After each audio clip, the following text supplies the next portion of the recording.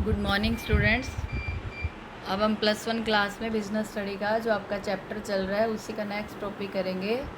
Basic factor to be considered or problem while starting a business, मतलब एक business को start करने में हमारे सामने क्या क्या प्रॉब्लम्स आ सकती हैं। तो फर्स्ट नंबर पे है सिलेक्शन ऑफ बिज़नेस, मतलब सबसे पहले हमने बिज़नेस सेलेक्ट करना है। तो सबसे पहले तुम्हें पता होना चाहिए बिज़नेस कितनी तरह का होता है। बिज़नेस होता है 3 तरह का: trading business, manufacturing business and service business. Trading का मतलब ये जो मार्केट में दुकानें हैं, इन्होंने माल खरीद लिया बेच लिया, ये ट्रेडिंग बिजनेस है। मैन्युफैक्चरिंग बिजनेस में फैक्ट्रीज आ गई जहाँ प्रोडक्शन का काम होता है, सामान बनता है। ऐसे ही सर्विस बिजनेस में जो हमें सर्विस प्रोवाइड करते हैं, ट्रांसपोर्ट की सर्विस, बैंक की सर्विस, इंश्योरेंस की सर्विस, वेयर हाउस की सर्विस। तो ये तीनों में से पहले हम डिसाइड करेंगे कि कौन सा बिज़नेस हमारे लिए बेनिफिशियल है, ट्रेडिंग, मैन्युफैक्चरिंग या सर्विस बिजनेस। तीनों के मेरिट डिमेरिट देखेंगे, किस बिज़नेस में इन्वेस्टमेंट कम है, हम अपनी इन्वेस्टमेंट कितनी करना चाहते हैं, बड़े स्केल पे करना चाहते हैं, कौन से बिज़नेस में करना चाहते हैं। तो इसमें 3 बातों का ध्यान में रखना पड़ता है। सबसे पहले डिग्री ऑफ रिस्क, रिस्क किस में ज़्यादा रहेगा, कौन सा रिस्क हम बियर कर पाएंगे। ट्रेडिंग की बिज़नेस रिस्क देखना है, ऐसे ही मैन्युफैक्चरिंग में देखोगे, सर्विस में जितना तुम बियर कर पाओगे उसके अकॉर्डिंग तुम डिसाइड करोगे बिज़नेस कौन सा खोलना है। ऐसे ही प्रॉफिट किस में कितना होगा, कितनी हम इन्वेस्टमेंट कर रहे हैं उस पर कितना प्रॉफिट अर्न करना है। फिर with in the reach of, हमारी पहुंच के अंदर कौन सा है, उसके बाद हम ये देखेंगे। अब ये तो था फर्स्ट पॉइंट तुम्हारा। अब सेकंड पॉइंट है स्केल ऑफ बिजनेस। स्केल का मतलब होता है कि बिज़नेस छोटे स्केल पे करना है या बड़े स्केल पे करना है। छोटे स्केल या बड़े स्केल का मतलब समझते हो कि प्रोडक्शन, जैसे मान लो मैन्युफैक्चरिंग बिजनेस करना है तो बड़े स्केल पे ही करना पड़ेगा। मैन्युफैक्चरिंग होके गुड्स सारी जगह पे जाएंगी, हर शहर में जाएगा तुम्हारा माल, तो उसमें बड़े स्केल पे, जितने बड़े स्केल पे प्रोडक्शन होगा फिर उतने बड़े स्केल की हमें रिस्क भी होगा, उतना ही प्रॉफिट भी ज़्यादा होगा और उतनी हमें बचत भी ज़्यादा होगी, क्योंकि रिस्क जितना बड़ा लोगे उतना ही प्रॉफिट ज़्यादा, उतनी ही बचत ज़्यादा। तो इसमें भी यही देखा जाता है रिस्क कितना है सबसे पहले, फिर हम देखेंगे बड़े। अगर हमारे पास पैसा कम है, रिस्क हम कम लेना चाहते हैं तो बिज़नेस छोटे स्केल पे प्रोडक्शन करेंगे। अगर ज़्यादा रिस्क ले सकते हैं, पैसा ज़्यादा है हमारे पास, तो बड़े स्केल पे प्रोडक्शन करेंगे। And the next one is place of business. Place of business का मतलब है कि अगर मान लो ट्रेडिंग बिजनेस कर रहे हैं तो ट्रेडिंग बिजनेस तो तुम किस में करोगे, जहाँ भीड़ भाड़ वाला इलाका हो।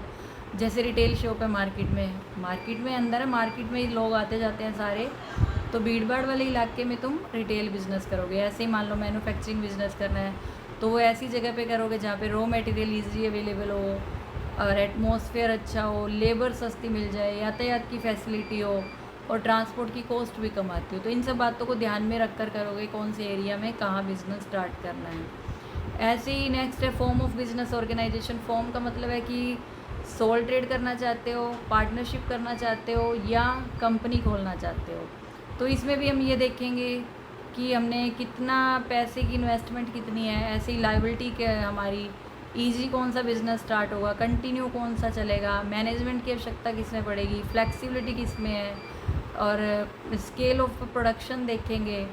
ऐसी गोपनीयता, सीक्रेसी किस में बनी रहेगी, खर्चे किस में ज़्यादा होंगे बिज़नेस चलाने के, किस में कम होंगे, किस में गवर्नमेंट का कंट्रोल ज़्यादा होगा, किस में कम होगा।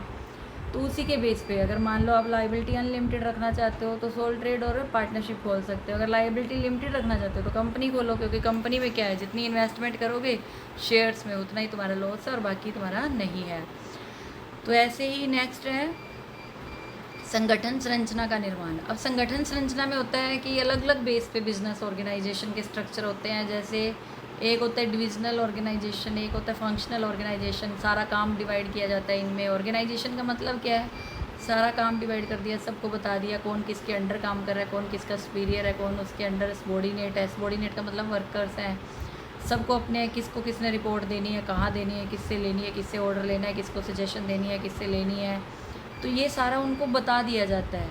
और फंक्शनल का मतलब है कि सारा काम एक्टिविटी के बेस पे डिवाइड कर दिया जाता है। ऐसे ही डिविजनल का मतलब है कि प्रोडक्ट के बेस पे डिपार्टमेंट बना दिए जाते हैं, उसके अकॉर्डिंग काम डिवाइड किया जाता है। तो ये देखेंगे स्ट्रक्चर कौन सा है, मतलब अगर एक्टिविटी एक ही प्रोडक्ट बना रहे हैं तो उसके अकॉर्डिंग फंक्शनल स्ट्रक्चर होगा, एक से ज़्यादा प्रोडक्ट बना रहे हैं तो डिविजनल स्ट्रक्चर होगा।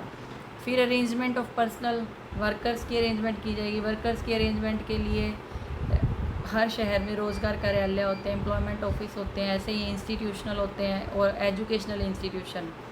जब हम यूनिवर्सिटी में, कॉलेज में जॉब करते हैं तो उनकी टॉपर्स की क्या होता है, जॉब लग जाती है लास्ट ईयर में जब होते हैं तो वहाँ से संस्था अरेंज कर लेती है। मान लो वहाँ से नहीं हो पा रहे, इसके अलावा और कोई चाहिए, क्वालिफाइड चाहिए या फिर एक्सपीरियंस होल्डर चाहिए, उसके लिए कंपनी क्या करती है, ऐड देती है। ऐड देख के लोग एप्लीकेशन देने आते हैं, एप्लीकेशन एक्सेप्ट करके जो जो उनके साथ सूट करते हैं उनको इंटरव्यू के लिए बुलाया जाता है। उनका इंटरव्यू लेके फिर डिसाइड किया जाता है कि उनके वर्कर अपॉइंट किया जाएगा। तो इसमें अरेंजमेंट ऑफ वर्कर्स किया जाता है। फिर फाइनेंस का अरेंजमेंट करना है। फाइनेंस भी दो तरह का होता है, एक लॉन्ग टर्म और एक शॉर्ट टर्म। हमें थोड़े टाइम के लिए पैसा चाहिए या लंबे टाइम के लिए चाहिए, उसके अकॉर्डिंग फाइनेंस अरेंज किया जाएगा। फिर हमें अगर ट्रेडिंग बिजनेस है, ट्रेडिंग बिजनेस में हम शॉर्ट टर्म पैसा ज़्यादा लेते हैं और लॉन्ग टर्म कम। अगर मैन्युफैक्चरिंग बिजनेस है तो लॉन्ग टर्म ज़्यादा। तो इसमें वही फाइनेंस के भी हम फाइनेंस में क्या देखेंगे, सबसे पहले determination of quantity of capital, कितनी क्वांटिटी चाहिए। मतलब मैन्युफैक्चरिंग बिजनेस है, कितनी बड़ी बिल्डिंग होनी चाहिए, कितना उसमें मशीनरी में पैसा इन्वेस्ट होगा। फिक्स्ड असेट्स होती हैं मशीनरी पे, फर्नीचर पे, ऐसे ही करंट असेट्स होती हैं, उनमें कितना पैसा चाहिए।